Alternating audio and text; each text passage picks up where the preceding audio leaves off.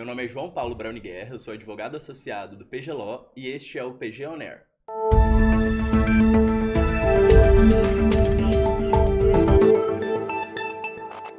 Você usa Pix? Provavelmente você já deve ter feito algumas dezenas de Pix nesse mês, ou na última semana, ou até no mesmo dia.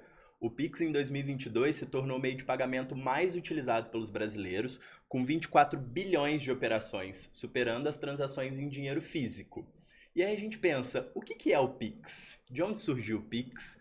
Quem é o responsável pelo Pix?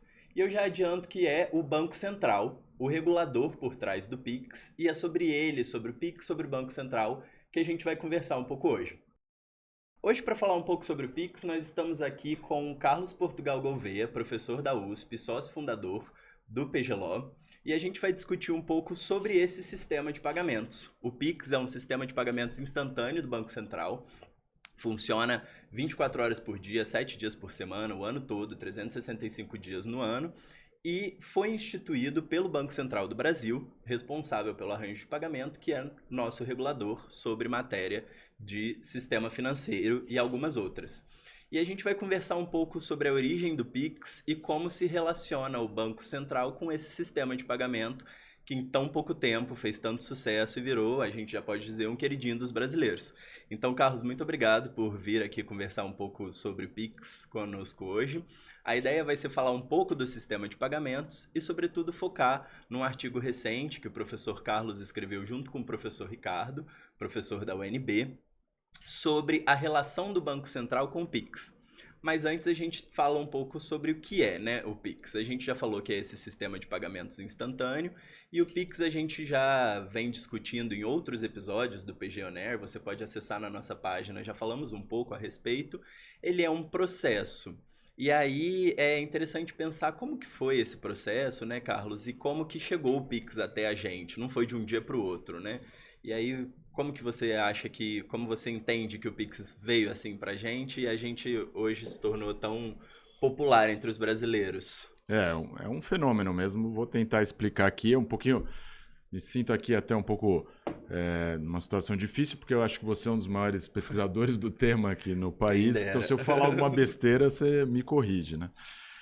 Mas vou me apoiar também em alguma das coisas que foram frutos das discussões que eu tive, né, com o professor Ricardo Paixão, com quem acabamos escrevendo esse artigo. E ele me trouxe uma informação que eu não tinha anteriormente, né, de que o Pix ele não só foi uma iniciativa brasileira, né, também incorporando tecnologias que já tinham sido desenvolvidas em alguns países, principalmente na Índia, mas também ele é parte de um processo global, né, coordenado pelo BIS, né, o Bank of International Settlements, que tinha como objetivo efetivamente criar as bases regulatórias ao redor do mundo todo para um sistema de pagamentos instantâneo, né, que é o Pix. Então, o que é um sistema de pagamentos instantâneo? É justamente a possibilidade de você realizar pagamentos, né, dentro de um mesmo sistema, 24 horas por dia, 7 dias por semana, 365 dias por ano. Então, é muito diferente, por exemplo, da experiência que os brasileiros tinham anteriormente com o TED, que tinha limitações de horário, ele demorava, né, ele não funcionava de noite, por exemplo, né, e o Pix, então, ele tem essa utilidade que, basicamente, ele tem a capacidade de substituir o dinheiro de forma perfeita, né? Então, ele é realmente muito diferente e faz sentido que ele seja adotado pelos brasileiros, porque ele tem muitos elementos, né, que a gente poderia chamar de externalidades positivas, né? Então, por exemplo, ele aumenta a segurança das pessoas, porque tem menos dinheiro circulando, você está menos sujeito a assaltos, né? Principalmente com a evolução do Pix, que começou a incorporar também preocupações com segurança, a gente já viu uma redução muito substancial, né, nos golpes de Pix, nos assaltos relacionados a tentar roubar o celular das pessoas para ficarem com os Pix, né? Então, por isso que realmente a gente acredita que agora ele chegou numa maturidade regulatória, né? Ele se adaptou à realidade brasileira e os brasileiros conseguem obter, então, todos os benefícios, né? Dos outros benefícios que a gente já percebeu, né, que, por sinal, é o objeto da sua tese de doutorado, é o fato de que o Pix, como ele barateia o custo das transações, ele aumenta o acesso. Isso já foi absolutamente evidente, né? O número de pessoas com contas bancárias, o número de pessoas utilizando o Pix aumentou tremendamente e a gente tem a possibilidade, eventualmente, do Pix se tornar o sistema universal de pagamentos dentro do Brasil. Eu acho muito interessante esse ponto que você trouxe, Carlos, justamente porque a gente vê que tem essa influência internacional e tem também um desenvolvimento nacional do Banco Central para poder abrir um pouco para esse acesso e para essa inclusão financeira. Então, para a pessoa física, o Pix acaba sendo gratuito em relação aos bancos que participam. O fato de ser instantâneo acaba que atraiu muita gente para o Pix e hoje a gente vê, em 2022, foi 1,2 trilhão de reais que foram movimentados pelo Pix, com transações que vão desde 1 centavo até transações que vão até bilhões de reais. Já teve um Pix de bilhões que foi feito.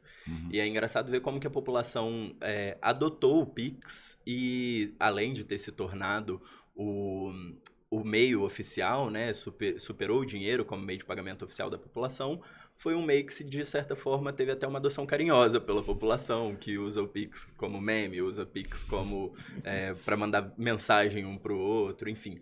É um sistema que, como você bem disse, tem inspiração internacional, mas é interessante a gente analisar um pouco do próprio Banco Central e a evolução do Banco Central. A gente tinha nos anos 90, e aí uma parte bem breve, como o Carlos mencionou, esse é um dos temas que eu venho me debruçando na minha tese de doutorado, então é sempre uma oportunidade muito legal para mim poder estar falando um pouco disso, mas a gente vê um Banco Central nos anos 90 muito preocupado com o controle inflacionário, com uma nova moeda, que é o real, com planos de estabilização monetária.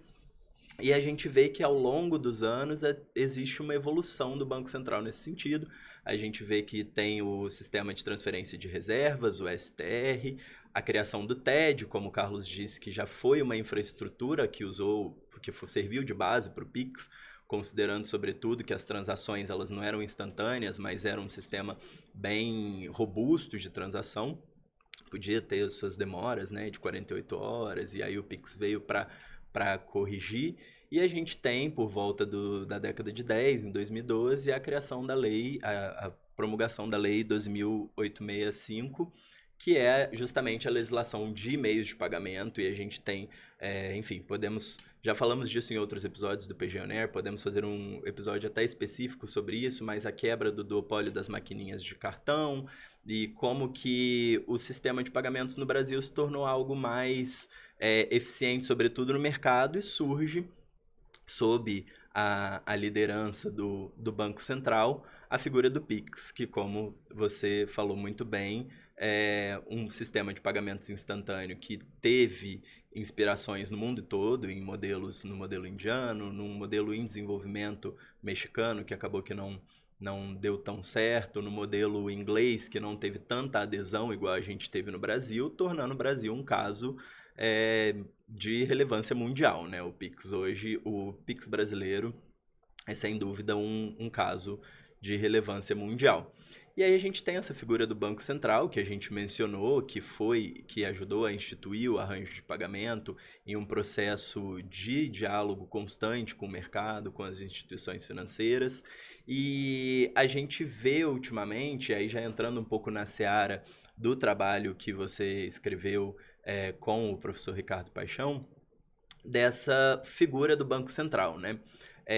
Muito se tem estudado a respeito de que o Banco Central ele acabaria atuando como regulador, que lhe é a competência, e como instituidor do arranjo de pagamentos. Então, sendo responsável pelo Pix, a crítica que surgiu é de que o Banco Central regula e é responsável pelo arranjo, então, por conta disso, ele seria um competidor, junto com outras instituições de pagamento que fazem transferências.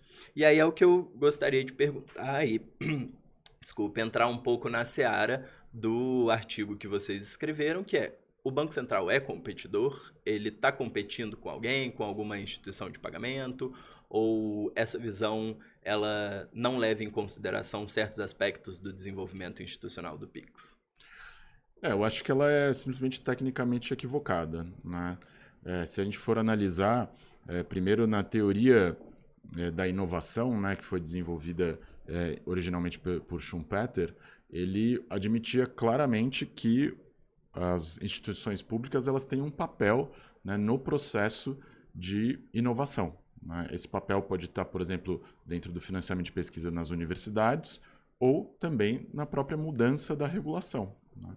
Que foi o que a gente viu aqui, o Banco Central atuando eminentemente como regulador, né?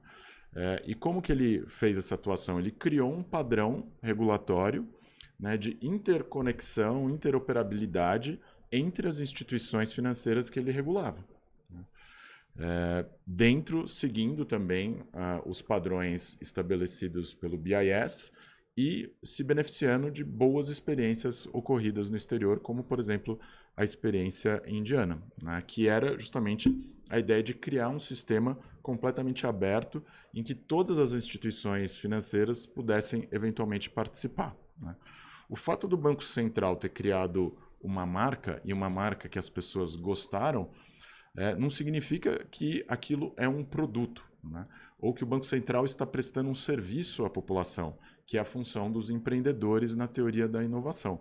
Se a gente for imaginar, todo mundo faz o Pix utilizando uma conta bancária dentro do seu banco, né? Então, quem que está prestando aquele serviço? É a instituição financeira. E ela só faz parte de uma rede, né, que integra todas as instituições financeiras, então você consegue mandar o seu dinheiro para alguém que tem conta em um outro banco, né? E o que o Banco Central faz nesse processo, né? Ele opera como se fosse ali um técnico de um time de futebol, né? Ele diz mais ou menos qual a função que cada um desses agentes tem que fazer dentro desse sistema integrado, né? E se a gente for imaginar, por exemplo, pessoas que têm esse tipo de crítica podem estar pensando na prestação de serviços públicos, por exemplo. Então você vai pensar, será que, por exemplo, quando a gente pensa em educação, a rede pública de ensino está concorrendo com a rede privada? A maior parte dos intelectuais que estudam esse assunto diz que não, né? A rede pública tem uma função diferente, né, da rede privada. Mas mesmo quem tem uma visão que eu consideraria mais conservadora, né, favorável somente à educação privada, porque eventualmente advoga para empresas, né, que são da educação privada, vai falar que o Estado está querendo concorrer com o setor privado. A gente sabe que não é isso, né? Existe uma função natural em você ter uma educação pública que é, por exemplo, garantir o acesso universal. Mas nesse caso da criação do PIX, nem sequer é comparável, né, a prestação de serviços públicos pelo Estado. O que a gente tem, na verdade, é uma mera função regulatória, né? Por exemplo, a gente teve no passado a criação da internet. A criação da internet ela foi coordenada não pelo Estado, mas por uma organização não governamental constituída nos Estados Unidos, né, que acabou sendo o berço da internet. Mas essa coordenação permitiu que você fizesse a articulação, né, de protocolos, de redes de internet ao redor do mundo inteiro, né? E aí também a gente vai pensar, você estava concorrendo, né? Quem já tinha usado a internet no passado sabia que você tinha redes privadas, né, que funcionavam igual à internet no passado. Então você tinha essas redes privadas, no qual você pagava uma mensalidade para poder mandar e-mail, para poder participar de chats somente com as pessoas que pagavam dentro daquela infraestrutura exclusivamente privada. O que acontece? Quando você integrou toda a internet, você passou a competir com esses agentes, né? Essa ONG americana começou a competir com todos esses agentes? Não. Ela simplesmente criou uma plataforma de interoperabilidade, né? Essa plataforma ganhou um nome que todo mundo acha bonitinho, internet, se tornou uma coisa popular. E aí, o que aconteceu? Esses agentes anteriormente que criavam essas redes fechadas, eles começaram a ser, por exemplo, provedores de internet, o que aconteceu no Brasil. Ou começaram a se tornar plataformas, portais de internet. Eles começaram a acumular serviços em cima daquela plataforma pública integrada. E o que a gente vê, por exemplo, em países nos quais você tem um conjunto de empresas de tecnologia muito sofisticado, como, por exemplo, na Índia, que uma vez que você teve o UPI funcionando, todas as empresas que antes eram simples arranjos de pagamento começaram a se tornar arranjos de pagamento mais sofisticados. Então, por exemplo, na Índia, atualmente você tem a possibilidade de fazer compras internacionais e pagar, né, com esses arranjos de pagamentos indianos, mas utilizando o UPI. Ou então, indianos que moram no exterior e querem mandar remessas né, para suas famílias na Índia, elas usam, né, esse sistema que a gente chama de remittance, que já foi criado, né, por arranjos de pagamentos privados para integrar, né, o UPI no sistema de pagamentos internacional. Então, o que a gente percebe, na medida em que o regulador incorpora determinadas tecnologias, transforma determinadas tecnologias em redes públicas, os empreendedores têm que fazer o quê? Continuar empreendendo, desenvolver novos produtos em cima daquela plataforma pública, né? Eles não têm que ficar, né, reclamando que o governo criou uma plataforma pública e aí aquele serviço que eventualmente a gente pode considerar que se tornou uma tecnologia universal, eles não podem mais tratar ela como se fosse uma tecnologia privada, né?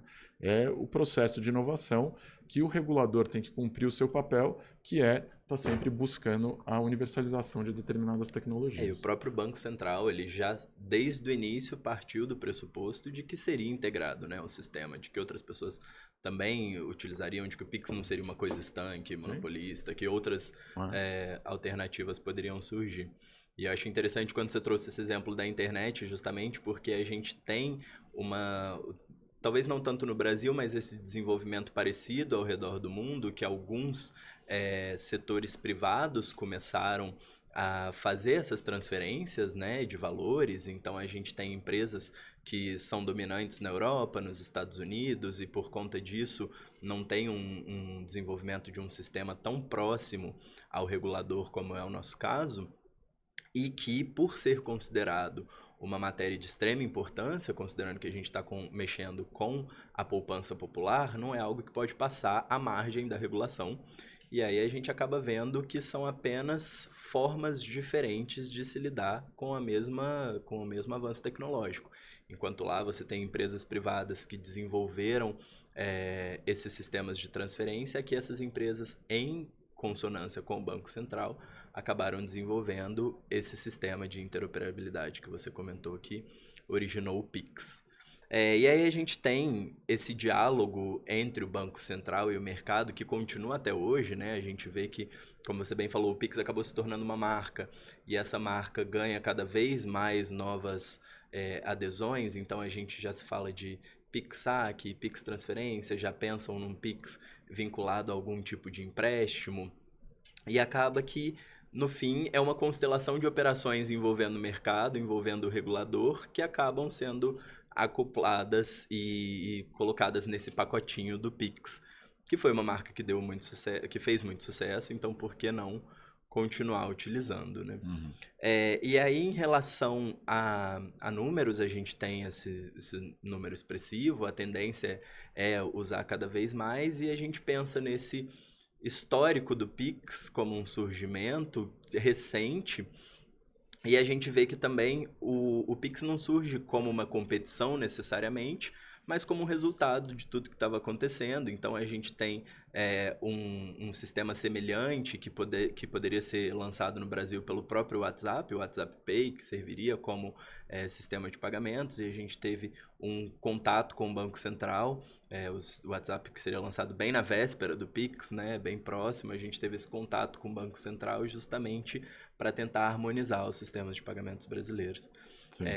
E essa iniciativa indiana que a gente acaba se espelhando bastante junto com as diretrizes do BIS e acabaram servindo bastante, como você mencionou, do UPI indiano. Uhum. E agora eu acho que a gente pensando um pouco, né, no futuro do Pix, já falei um pouco dessas iniciativas que o Banco Central tem visto, mas queria entender o que você pensa de prognóstico. Acho que é realmente uma coisa que veio para ficar? Acha que pode ser que outras, como a gente mencionou, considerando que o Banco Central não é um competidor e que o mercado tem um espaço para desenvolver, pode ser que o Pix perca sua força no futuro? Pensando um pouco mais em previsões, né? Sem nenhum rigor científico. Sim. Não, eu acho que o Brasil não é à toa que ele fez tanto sucesso no Brasil, né? Tem alguns elementos da realidade brasileira que fazem com que ele seja a solução perfeita para vários problemas, mas que também se beneficie de algumas vantagens competitivas que a gente tem no Brasil, né? Acho que se a gente olhar, por exemplo, existe um relatório interessante da WIPO, né, que é World Intellectual Property Organization, que é um organismo multilateral focado em propriedade intelectual, que é um índice de inovação. Né? E nesse índice de inovação, eles vão avaliando vários aspectos da regulação dos países, comparando as regulações dos países e comparando dados sobre os mercados, né, dos diversos países. Então, o Brasil hoje em dia está mais ou menos na metade da tabela, lá está no patamar 50 lá dos níveis de inovação. Né? Só que, se a gente olha os números dos diversos setores brasileiros, ele vai bem em umas coisas e vai mal em outras. Né? Então, quais são as coisas que vão bem? Uma coisa que você adora, né? Que é a produção de conteúdo, música. Né? O brasileiro ouve muita música brasileira, mais do que em outros países comparáveis como na América Latina ou na África. O brasileiro assiste muito conteúdo de televisão brasileira também, né? Então a gente dá muito valor a isso. Então a gente tem uma capacidade de produção de conteúdo muito boa. Um outro setor que é muito desenvolvido no Brasil é o setor financeiro. Ele é desproporcionalmente desenvolvido, ele é desproporcionalmente eficiente. E um setor que não é tão desenvolvido é o setor regulatório como um todo. Né? Então, a gente tem uma desproporção também dentro do setor regulatório. Né? Então, determinadas áreas, como por exemplo áreas de energia, não são tão desenvolvidas, por isso que a gente acaba tendo esses apagões de tempos em tempos. No setor financeiro, a gente poderia dizer que a gente tem talvez uma das melhores regulações do mundo. Né? Então, como o Brasil é esse país de conflitos, no caso do Pix, a gente junta a extrema desigualdade social e a violência, né, que gera uma demanda por serviços financeiros mais baratos e nos quais as pessoas tenham mais segurança, não serem assaltadas, e, por outro lado, um sistema financeiro muito desenvolvido. Né? Então, se você for pensar, é quase como se fosse uma política pública ideal, né? Uma política pública que junta problemas com potenciais soluções e áreas em que você tem uma dificuldade com áreas que você tem uma enorme vantagem. Né? Então, acho que por isso que ele obteve tanto sucesso e ele tem realmente essa perspectiva potencial de universalização que pode trazer muitos benefícios. Né? Agora a gente precisa dessa nova camada, né, que é de fato o setor privado, desenvolvendo produtos baseados no Pix e levando esses produtos até a população, né, mas que toda a plataforma está aí oferecida para nós, não existe dúvida. E uma certa tendência também da população ser menos refratária à tecnologia do que comparado em outros países, o que mostra por essa adesão massiva, né? A gente ainda tem ainda tem problemas de acesso, né? Acesso da população brasileira à internet, a celulares, smartphone, mas considerando esse acesso, boa parte da população que tem esse acesso já converteu ao Pix. E uma coisa que você já comentou isso, mas eu queria só reforçar, porque eu acho que é fundamental, e é um ponto que o Ricardo Paixão, né, nosso parceiro aí de diversos projetos, mas também nesse artigo, destaca muito, que é o fato de que o Pix ele foi desenvolvido em um diálogo com a sociedade. Né? Foi formado um fórum totalmente aberto, que todas as pessoas de tecnologia ligadas ao sistema financeiro podiam participar. Né? E isso mostra que não faz nenhum sentido falar que o Banco Central estava competindo com o mercado. Né? O Banco Central estava dialogando com o mercado, cooperando com o mercado, né, com o setor acadêmico, né, fazendo essa articulação e buscando a função, né, que deve ser a função de todo regulador, que é universalizar tecnologias e serviços. Né? E é isso que o Pix acabou fazendo. Mas você nunca vai imaginar que uma empresa, né, que vai trazer um novo serviço ao mercado, por exemplo, a Meta e a Cielo, que queriam trazer essa forma de pagamento para o WhatsApp, eles foram lá e simplesmente anunciaram um dia. Né? Eles não fizeram um diálogo com a sociedade anteriormente. Por quê? Porque não é da lógica do empreendedor. Né? O empreendedor ele vai tentar trazer uma nova solução, uma inovação para o mercado e vai tentar obter os lucros derivados disso.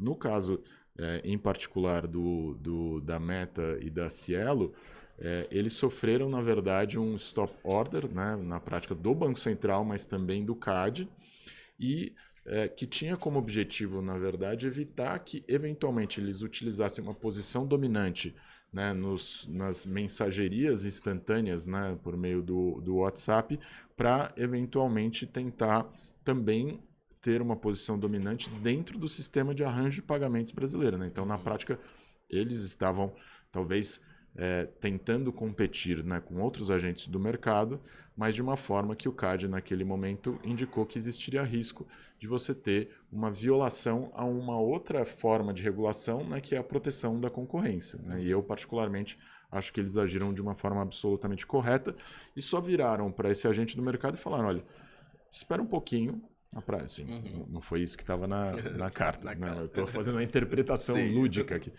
Assim, espera um pouquinho que daqui a alguns meses você vai conseguir participar de um sistema integrado com todos os outros agentes do mercado. E se por acaso você tiver complementos a esse serviço que façam com que ele seja melhor, você vai ter uma parcela maior do mercado, e isso é totalmente justificado e desejável. E eu acho que justamente esse diálogo que se tornou um diferencial do Pix, né? Esse diálogo bem estruturado, esse fórum, como você disse, que se manteve aberto e que se manteve aberto para a gente pensar hoje que está se desenvolvendo no Drex, que é a moeda digital.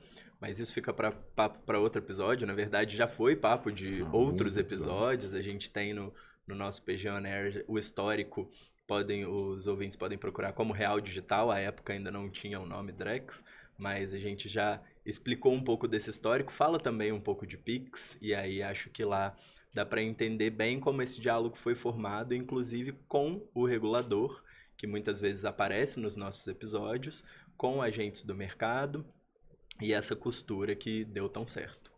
Mas acho que já encerrando, queria agradecer, Carlos, novamente a participação. É muito interessante falar sobre isso e poder ver um tema desse que está tão caro à população e que em tão pouco tempo se tornou parte, né, do nosso dia a dia. Minha avó de 85 anos, de 87 anos, fala de Pix, 89 anos, fala de Pix e faz Pix, né? É engraçado porque até então nem o celular ela queria um pouco e agora já tem o Pix no celular, então a gente vê como que é um tema que começou e que hoje faz parte do dia a dia dos brasileiros. É bom entender quem estava por trás disso e como que isso se organiza na nossa sociedade.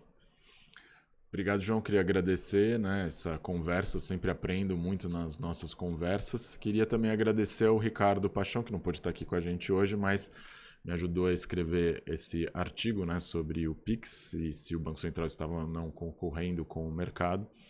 E queria também, né, convidar todas as pessoas a continuarem estudando esses temas, né, porque são muito importantes para a realidade do nosso país nesse momento.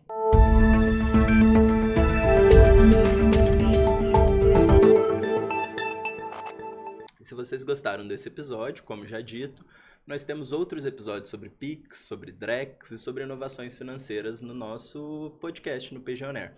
Lá você vai encontrar outras discussões a respeito, além de outros assuntos que você pode ver no nosso YouTube, no Spotify, no LinkedIn, no Instagram e em todas as nossas redes sociais. Para qualquer dúvida, comentário ou sugestões, é só mandar um e-mail para a gente no info@pg.lo. Este é o PG On Air. Muito obrigado.